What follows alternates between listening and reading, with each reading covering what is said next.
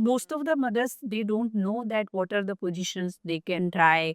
If the baby is not latching into this position, that I can try different position, maybe football position. So you can help the mothers to understand what are the positions they can try. तो जैसे मैंने आपको बताया, breast feeding start करने के लिए सबसे commonest challenge यही होता है कि कैसे उसको होल्ड करना है, सपोर्ट करना है।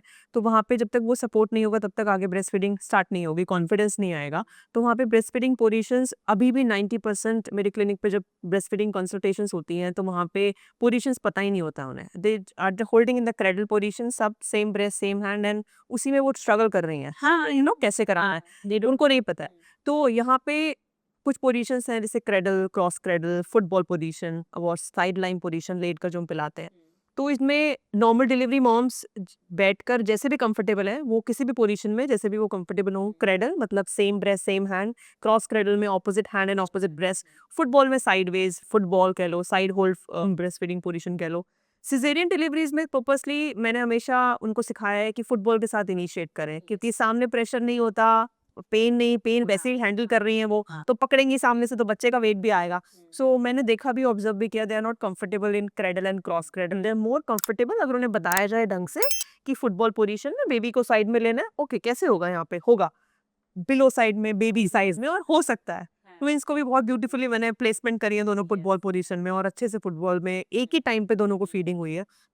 तो cross cradle position normal delivery caesarean दोनों यूज कर सकती हैं, बट प्रेफरेबली नॉर्मल डिलीवरीज को क्रॉस क्रेडल इफेक्टिव लगती है क्रेडल पोजीशन से, बिकॉज क्रॉस क्रेडल में आप उन्हें गाइड कर सकते हो, कि नेक को गाइड कर सकते हो, उन्हें लैच करा सकते हो।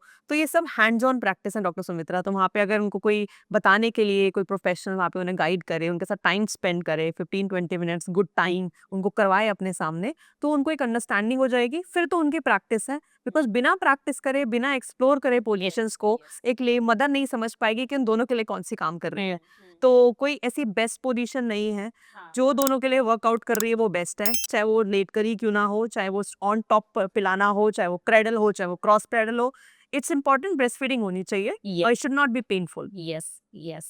So my daughter eventually latched the football position, and in the football position, like she was not liking the breast pillow or the pillow. She was like hacking like this, and that she was like latching the. She was later, like after 1 month or so, she started latching in the cradle and cross cradle or lying down position also. But in the initial phase, she latched in the football position, and that also not typical football position. She choose to feed in football position.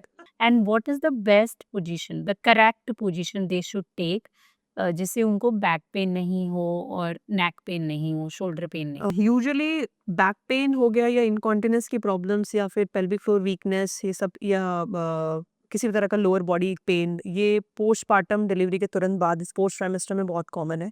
वो पुराना ही pen चलता आता है किसी को, या नए pen develop हो जाते हैं बिकॉज ऑफ इम्प्रॉपर पोस्चर। हाँ, तो बैठने का एक बहुत बड़ा इंपॉर्टेंट, जब आप अपराइट सिटिंग में बैठकर फीडिंग करा रहे हो, तो वहाँ पे मैं यूजुअली जब ट्रेन करती हूँ तो मैं उन्हें चेयर ऑफर करती हूँ। चेयर के साथ मैं उनको ये ऑप्शन देती हूँ, क्योंकि वो लेट कर पिलाती हैं, बैठ कर पिलाती हैं बेड पे। बेड पे स्लाउच होने की टेंडेंसी ज्यादा है, यस, है ना, के ऊपर, यस, बच्चे के ऊपर झुक रहे हैं, तो उसमें बच्चे के ऊपर झुकना नहीं है। अगेन पोजिशनिंग इंपॉर्टेंट है। मदर को पहले अपनी पोजीशन कंफर्टेबल करनी है, देन बच्चे की पोजीशन आप कंफर्टेबल कर सकते हो।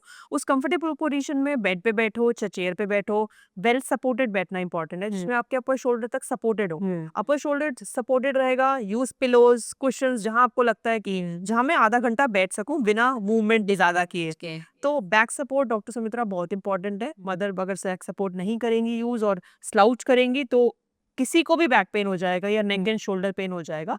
इसको हैंडल करने के लिए अगर हमें कोर मेन कॉज पे जाना है, कॉर है आपका गलत पोस्चर बैठने का।